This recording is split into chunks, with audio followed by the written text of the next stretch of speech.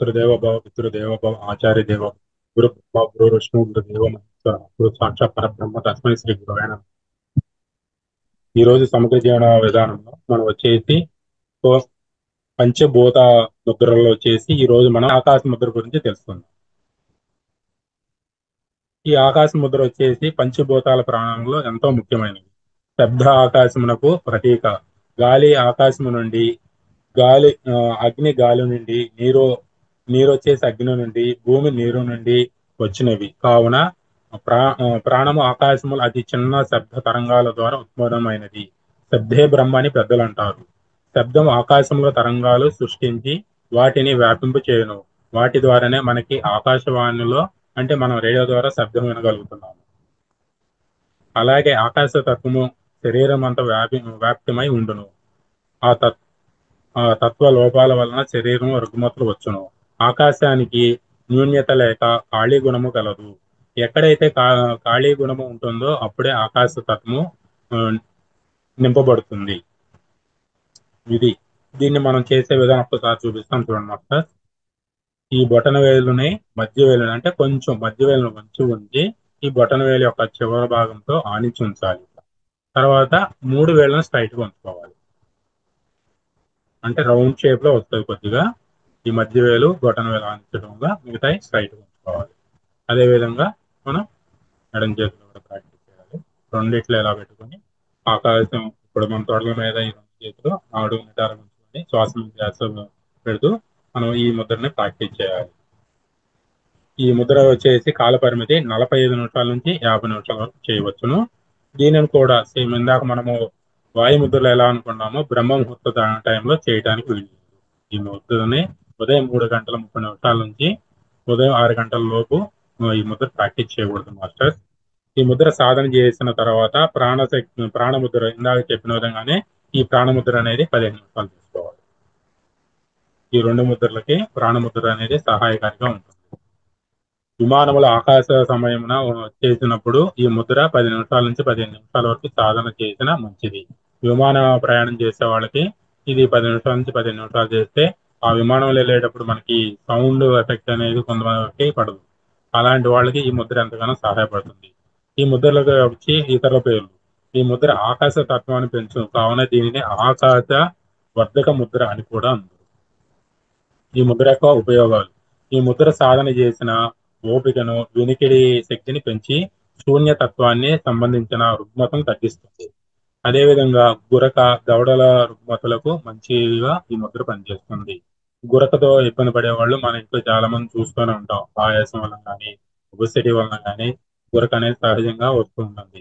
ఆ గురక అనేది ఇబ్బంది నుంచి మనం విముక్తి పొందాలంటే ఈ యొక్క ఆకాశ ముద్ర ప్రాక్టీస్ చేయడం వలన మనకు గురక నుంచి విముక్తి కలుగుతుంది.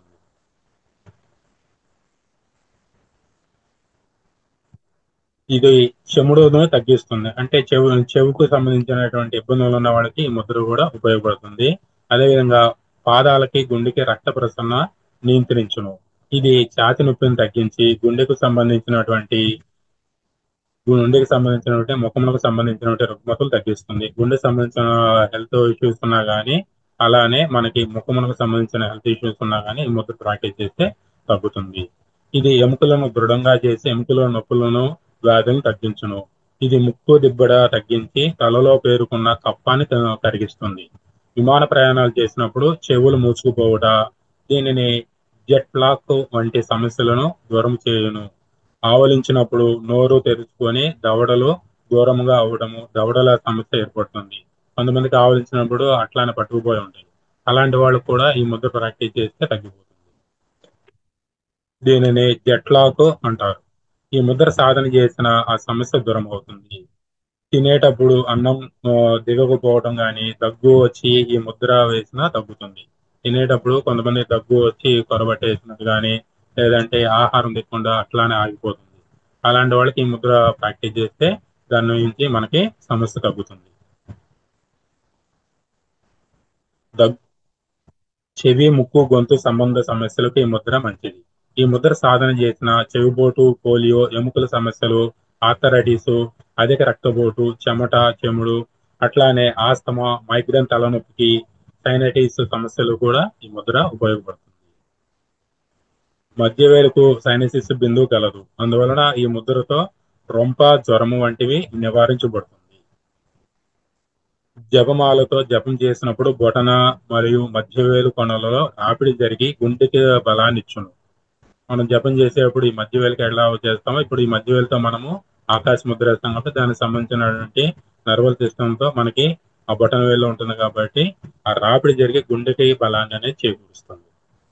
శరీరంలోని విష పదార్థాలు, మృత కణాలు, చెమట, మూత్రాల రూపంలో బయటకు పోతాయి.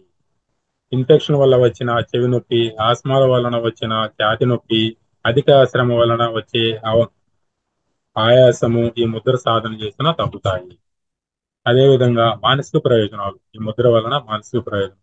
యోగ శాస్త్రం ప్రకారం హృదయాకాశంలో ధ్యానాభ్యాసము నిర్దేశించి హృదయం మీద ధ్యాస ఉంచడం వలన ఆలోచనలు తగ్గి మనస్సు నిశ్చలమవుతుంది. మధ్యవేలు మరియు హృదయానికి పరస్పర సంబంధం ఉన్నది. అతిగా ఆలోచించే వారికి ఈ ముద్ర ఆలోచనలు తగ్గించి మనస్సుకు ప్రశాంతతను కలిగిస్తుంది. ఆదర్శ పురుషునిగా ఉన్నత స్థాయికి చేరుస్తుంది.